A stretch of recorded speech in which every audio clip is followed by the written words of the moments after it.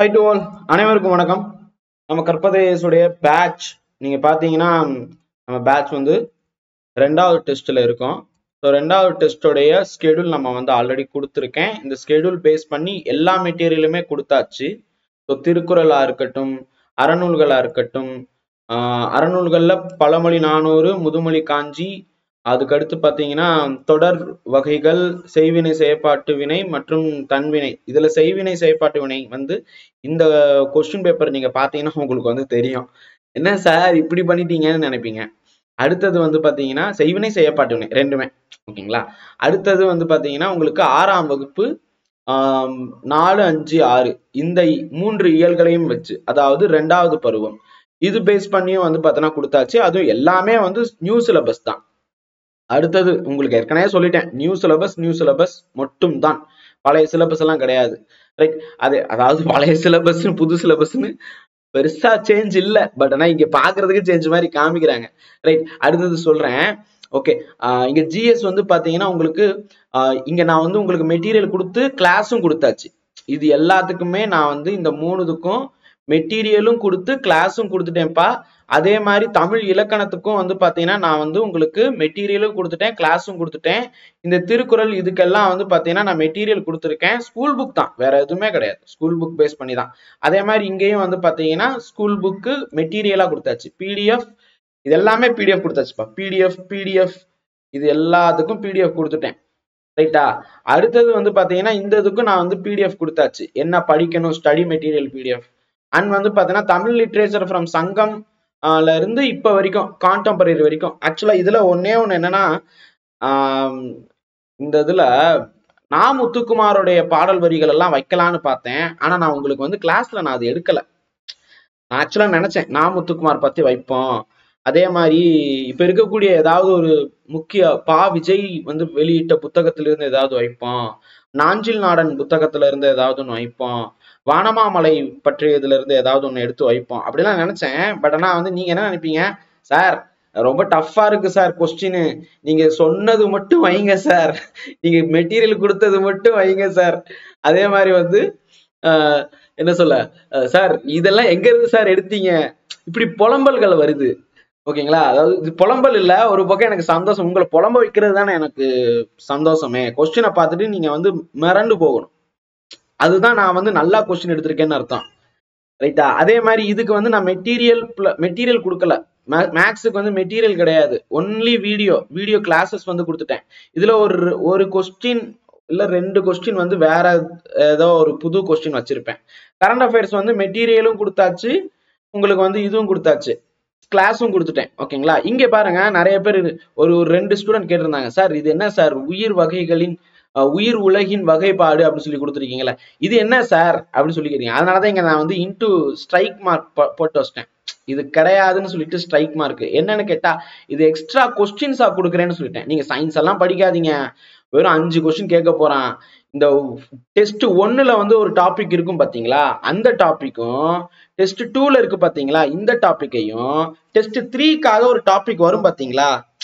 நீங்க டெஸ்ட் 3ல போய் பாத்தீங்கன்னு வச்சுக்கோங்க, என்ன இருக்கும், அந்த வெயிட் பண்ணுங்க சொல்றேன். டெஸ்ட் 3ல வந்து பாத்தீங்கன்னா மரபியல் அப்படின்னு சொல்லிட்டு இருக்கும்.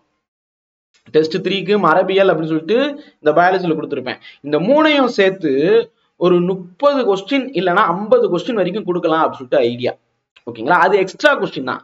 200 கொஸ்டின் கேட்கிறோம், அந்த 200ல இந்த சயின்ஸ் நான் கொடுக்குற கொஸ்டினை மட்டும் படிங்கப்பா.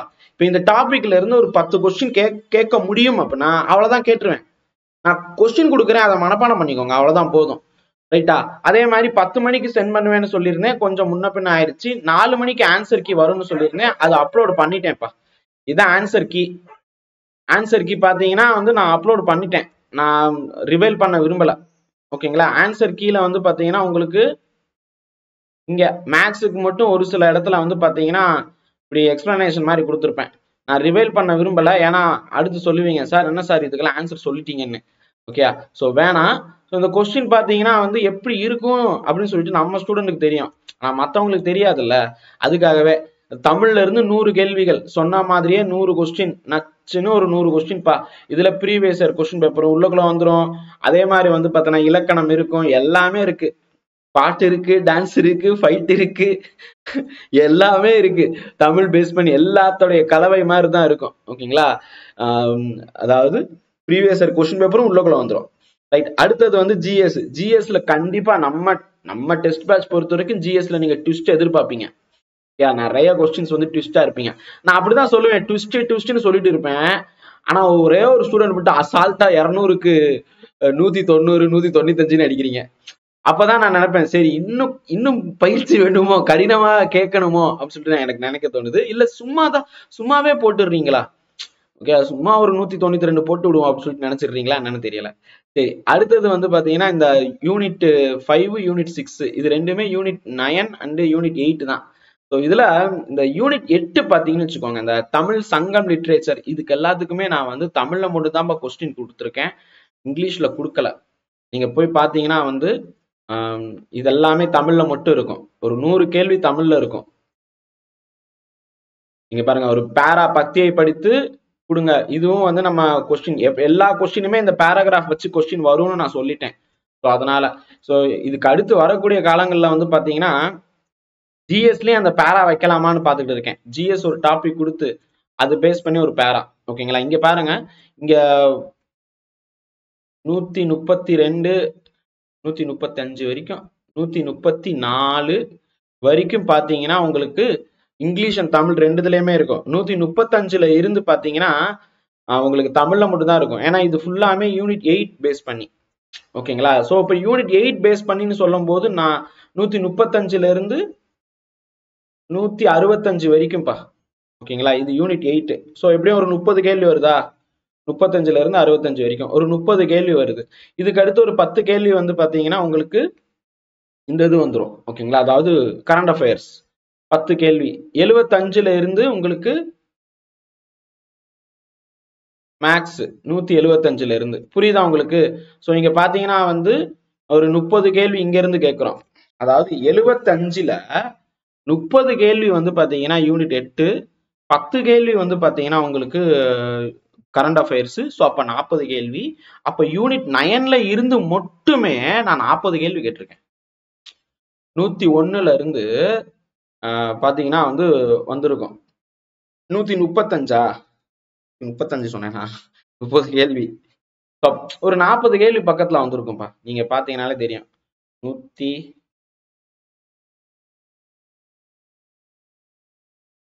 தோராயமாக 34 கேள்விகள், 34 கேள்விகள். ஓகேங்களா? 34 கொஸ்டின் வந்து பாத்தீங்கன்னா யூனிட் 9, பழைய யூனிட் 9, இப்ப யூனிட் 5. 30 கொஸ்டின் வந்து பாத்தீங்கன்னா உங்களுக்கு இந்த இதுல வந்துடும். ஓகேங்களா? அதாவது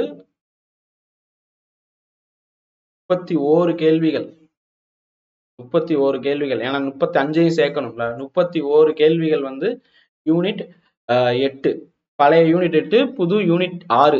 ஓகேங்களா? சோ அப்ப இந்த வெயிட்டேஜ் இந்த டாபிக்ல இருந்து நீங்க இதை அடிச்சீங்கனாலே முடிஞ்சு. இந்த டாபிக்ல இருந்து நீங்க இப்ப நான் கொடுத்துருக்கிறத படிச்சீங்கனாலே போதும். இதை தாண்டி கொஸ்டின் கேட்க மாட்டாங்க. கேட்க முடியுமான்னா கஷ்டம். ஏன்னா அந்த அளவுக்கு சல்லடையா போட்டு நான் எடுத்திருக்கேன். ஓகேங்களா? சோ நான் கிளாஸும் கொடுத்துட்டேன், அதுக்கப்புறம் வந்து இதுவும் கொடுத்தாச்சு. நான் ஒரு சில ஸ்டூடெண்ட் வந்து பாத்தீங்கன்னா, சார் உயிரியல்னு கேக்குறீங்க, நல்லா கவனிச்சுக்கோங்க. இந்த உயிரியலும் அதாவது சயின்ஸும் ஜியாகிரபியும் இந்த ரெண்டும் நான் வந்து உங்களுக்கு மெட்டீரியல் கொடுத்துடுறேன்னு சொல்லிட்டேன். அதே மாதிரி உங்களுக்கு வந்து ஸ்கூல் புக் பேஸ் பண்ணி ஒன்லைனர் ஆல்ரெடி நான் அப்லோட் பண்ணிட்டேன்ப்பா புக்கை. பாலிட்டி புக் பாத்தீங்கன்னு வச்சுக்கோங்க, எப்படி இருக்குன்னு உங்களுக்கே தெரியும். ஓகே, நம்மளோட பாலிட்டி ஒன்லைனர் அது மட்டும் படிங்க போதும்பா. பாலிட்டி புக்குன்னு நான் சொல்லி கொடுத்துருக்கேன்ல, அதை மட்டும் படிங்க. அதே மாதிரி ஜியாகிரபி புக்குன்னு கொடுத்துருக்கேன்ல, அதை மட்டும் படிங்க. அதுக்கப்புறம் economics book and history book உங்களுக்கு ரெடி ஆயிட்டு இருக்கு. அதாவது ஆல்மோஸ்ட் எல்லாமே ரெடி பண்ணிட்டேன். அலைன்மெண்ட் வந்து பாத்தீங்கன்னா மாறிக்கிட்டே இருக்கு. அந்த ஒரு சிக்கல் காரணமாக அதை வந்து இந்த அலைன்மெண்ட் மட்டும் நாங்க சேஞ்ச் பண்ணிட்டு இருக்கோம். அந்த அலைன்மெண்ட் ஒர்க்கே வந்து பெரிய தலைவலியா போயிட்டு இருக்கு. அதை சேஞ்ச் பண்ணி உங்களுக்கு ஃபிக்ஸ் பண்ணி நான் வந்து கொடுக்குறேன். அது கொஞ்சம் டைம் வேணும். ஓகேங்களா? ஏன்னா நம்ம சிலபஸ்ல பாத்தீங்கன்னு வச்சுக்கோங்க, உங்களுக்கு யூனிட் 9 யூனிட் 8 தான் வந்துட்டு இருக்கு. அதாவது தமிழ்நாடு நிர்வாகமும் சங்க காலம் முதல் இக்காலம் வரைக்கும் இருக்கக்கூடிய தமிழ் கலாச்சாரம் பண்பாடு இதுதான் வந்து பாத்தீங்கன்னா உங்களுக்கு வந்து கொஸ்டினா நான் வந்து கேட்டுட்டு இருக்கேன். ஸோ அதனால பாலிட்டி வேணாம், ஜியாகிரபி வேணாம், ஹிஸ்டரி வேணாம், ஐஎன்எம் வேணாம், அதுக்கு அடுத்து வந்து பார்த்தீங்கன்னா எக்கனாமிக்ஸ் இப்போதைக்கு தேவையில்ல. யூனிட் 9லயே எக்கனாமிக்ஸ் இப்போதைக்கு தேவையில்ல. ஓகேங்களா? ஸோ அப்போ கொஞ்சம் வெயிட் பண்ணுங்க. அந்த புக்கெல்லாம் நான் 2 புக்கு கொடுத்துட்டேன். இன்னும் 3 புக்கு, அதாவது இன்னும் 2 புக்கு தான். 3 சப்ஜெக்ட் 2 புக்கு. ஏன்னா ஹிஸ்டரியும் ஐஎன்எம் சேர்ந்தே உங்களுக்கு ஒரே புக்கா வந்துடும். இது எல்லாமே வந்து பாத்தீங்கன்னா உங்களுக்கு அடுத்த கட்டம் இது வரைக்கும் கிளியரே ஆகலைன்னா கிளியர் பண்றதுக்கு நீங்க சத்தியமா கன்ஃபார்மா 100% ஃபெயில் ஆக வாய்ப்பே இல்லை. 100% கண்டிப்பா ஜாப் கன்ஃபார்ம் அப்படிங்கிற மாதிரி தான் நம்ம பேட்ச் போய்கிட்டு இருக்கு. ஸோ இந்த பேட்சை வந்து இன்னும் கண்கூடா பாருங்க. அதே மாதிரி வந்து பாத்தீங்கன்னா உங்களுக்கு டெஸ்ட் பேட்ச்ல மேலும் சில இப்ப இந்த கிளாஸ் எல்லாம் வந்து பாத்தீங்கன்னா இப்படி எல்லாம் கொடுத்துருப்பேன். நீதி கட்சினா என்ன, இந்த மாதிரிலாம் நான் கிளாஸ் கொடுத்தேனா, இதை பேஸ் பண்ணி நீங்க படிங்க. நான் கொடுத்ததை பேஸ் பண்ணி படிங்க. அதுக்கப்புறம் வந்து பாத்தீங்கன்னா நெக்ஸ்ட் டெஸ்ட்டுக்கு ஒரு சில விஷயங்கள் நான் சொல்லியிருக்கேனா, அடுத்தடுத்த ஸ்கெடியூல் எப்படி படிக்கணும், என்ன படிக்கணும் அப்படின்னு சொல்லி சொன்னேன்னா, அதை பேஸ் பண்ணி நான் உங்களுக்கு மெட்டீரியல் வந்துடும். ஓகேங்களா? அந்த மெட்டீரியல் வச்சு படிங்க. அந்த மெட்டீரியலை பாருங்க. நான் கொடுத்ததை பேஸ் பண்ணி நீங்க படிச்சீங்கன்னா முடிஞ்சு. ஓகேங்களா? எந்தவித என்ன சொல்ல ஒண்ணுமே நீங்க வந்து பிரச்சனை பண்ண வேண்டிய அவசியமே இல்ல. ஒரு ப்ராப்ளம் அப்படின்னு சொல்லி நினைக்க வேண்டாம். நானே எடுத்து கொடுக்குறேன் சார், இந்த டாபிக் எங்கன்னே தெரியல சார், ஒரே பிரச்சனையா இருக்கு சார், மைண்டு ஃபுல்லா குழப்பமா இருக்கு சார், அந்த மாதிரி நினைக்காதீங்க. இந்த டாபிக்ல இருந்து இதுதான் கொஸ்டின் வரும், வேர் டு ஸ்டடியும் கொடுத்துட்டேன். புரியுதா? நான் வேர் டு ஸ்டடி கொடுத்தாச்சு, ஜிகேக்கும் வேர் டு ஸ்டடி கொடுத்துட்டேன், அதே மாதிரி தமிழுக்கும் வேர் டு ஸ்டடி கொடுத்தாச்சு. ஓகே, ஸோ என்னென்ன நம்ம குரூப்ல எல்லாமே இருக்கு. வேர் டு ஸ்டடி வந்து பாத்தீங்கன்னா எல்லாத்தையும் கொடுத்துட்டேன். தமிழ் நியூ சிலபஸ் பேஸ் பண்ணி எங்கு படிக்க,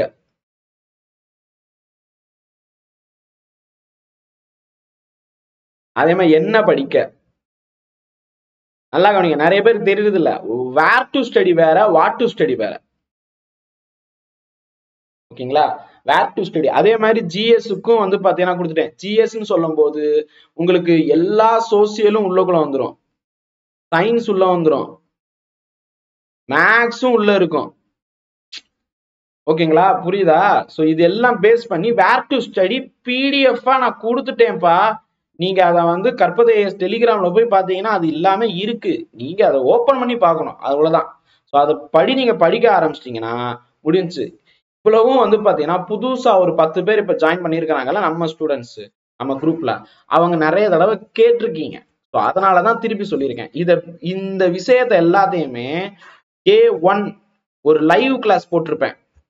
ஒரு 1.5 மணி நேரம் ஒரு லைவ் இருக்கும். அந்த லைவ்லயே எல்லாமே நான் சொல்லிட்டேன். தம்பி நான் இதெல்லாம் தான் கொடுக்க போறேன், இப்படிதான் வந்து நடக்கும். நீங்க இந்த தலைப்பெல்லாம் நீங்க படிக்கணும்னு நினைச்சீங்கன்னா, இந்த உயிரியல் சயின்ஸ் எல்லாம் படிக்கணும்னு நினைச்சீங்கன்னா கொஸ்டின்ஸா நான் கொடுத்துருவேன். அந்த கொஸ்டின்ஸை படிங்க, முடிஞ்சிருச்சு, அவ்வளவுதான். ரைட்டா? ஸோ அதே மாதிரி மார்க் ஷீட் வந்து மார்க் என்ட்ரி பண்ணாதவங்க பண்ணுங்கப்பா. 2வதுக்கு வந்து நான் அந்த போட்டு விட்டுருவேன். 8 மணிக்கு வந்து மார்க் என்ட்ரி பண்றதுக்கான லிங்க் அனுப்பிச்சிருவேன். அதை மார்க் வந்து என்ட்ரி பண்ணுங்க. அப்பதான் ரேங்க் லிஸ்ட் வரும். நான் ரேங்க்கும் நான் கொடுக்குறேன். ஓகேங்களா? ஒரு 28 பேர் ஃபர்ஸ்ட் டெஸ்ட்டுக்கு கொடுத்துருந்தாங்க. அப்புறம் ஒரு 2-3 பேர் வந்து லேட்டா, ஓகே 2-3 இல்ல, ஒரு 5-6 ஸ்டூடெண்ட் வந்து லேட்டா கொடுத்தீங்க. சார் நான் வந்து இப்பதான் சார் முடிச்சேன் அப்படின்னு சொல்லிட்டு. ஏன் அவ்வளவு லேட் பண்றீங்க? நான் வந்து எப்ப கொடுத்தேன்? ஞாயிற்றுக்கிழமை டெஸ்டா? நான் வியாழக்கிழமை தான் ரேங்க் லிஸ்டே வெளியிட்டேன். நீங்க வந்து வெள்ளிக்கிழமை சனிக்கிழமை நேத்து வரைக்கும் ரேங்க் லிஸ்டுக்காக எனக்கு அனுப்புறீங்க. அப்ப எப்ப படிச்சிருப்பீங்க டெஸ்ட் 2க்கு? டெஸ்ட் 1 வந்து பாத்தீங்கன்னா திங்கக்கிழமை வரைக்கும் எழுதலாம், நீங்க செவ்வாய்க்கிழமை வரைக்கும் எழுதலாம், நீங்க அடுத்த வாரம் வரைக்கும் எழுதுனீங்கன்னா அது வந்து என்னன்னா காலத்தே பயிர் செய்யணும்னு சொல்லுவாங்க. நான் கொடுக்கறத ஒரு நாள் எக்ஸ்ட்ரா எடுத்துக்கோங்க. ஏன்னா பிடிஎஃபா தான் கொடுக்குறேன் எல்லாமே. அப்போ ஒரு நாள் எக்ஸ்ட்ராவா நீங்க எடுத்துக்கலாம். ஆனா நீங்க வந்து ஒரு வாரம் பக்கத்துல ஒரு 5 நாள் 6 நாள் எக்ஸ்ட்ரா எடுத்துக்கிறது அது ஏற்புடையது அல்ல. அது வந்து நல்ல பழக்கமும் கிடையாது. அது அப்படியே பொதி சுமக்கிற மாதிரி மாறிடும். புரியுதா உங்களுக்கு? அது அப்படியே உங்களை பின்னாடி தள்ளி விட்டுரும். ஸோ அதனால தயவு செய்து அந்த மாதிரியான தப்பு மட்டும் பண்ணாதீங்கப்பா. ரைட்? சரி, வேற ஏதாவது டவுட் இருந்துச்சுன்னா எனக்கு வாட்ஸ்அப்ல கேளுங்க, கமெண்ட்டும் பண்ணுங்க. நம்ம வீடியோவை வந்து மற்றவங்களுக்கு ஷேர் பண்ணுங்க, மற்ற ஸ்டூடெண்ட்டும் ஜாயின் பண்ணட்டும். ஏன்னா ஒரு 50 பேர் ஜாயின் பண்ணியிருக்கீங்களா, உங்களுக்கு வந்து இன்னும் ஒரு 50 பேர் இருந்தாங்கன்னா ஒரு 100 ஸ்டூடெண்ட்ஸ் அப்படின்னு சொல்லும் போது 100 பேர் ரேங்க் லிஸ்ட்ல வந்தீங்கன்னா எப்படி இருக்கும் யோசிச்சு பாருங்க. நம்ம ஒன்றும் டெஸ்ட் பேட்சை வந்து பார்த்தீங்கன்னா ரொம்ப சாதாரணமா நடத்தல, அவ்வளவு கஷ்டப்பட்டு ஹார்ட் ஒர்க்கிங்கோட நடத்திக்கிட்டு இருக்கோம்.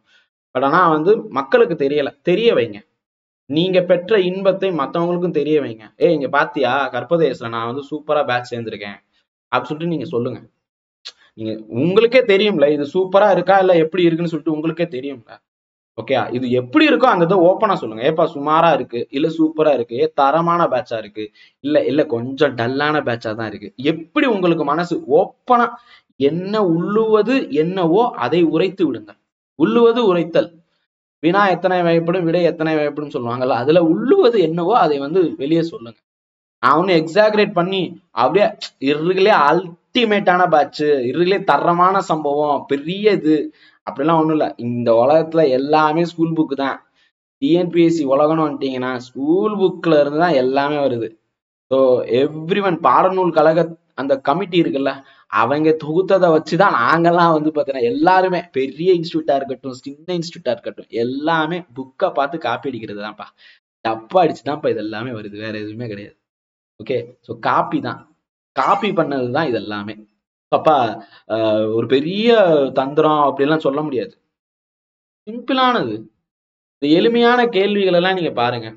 ஓகே, இந்த கேள்வி எல்லாம் வந்து பாத்தீங்கன்னா எங்க இருந்து அப்படியே புக்கு தான், புக்ல இருந்து 1 by 1 நம்ம வந்து எடுக்கிறோம். ஓகேங்களா?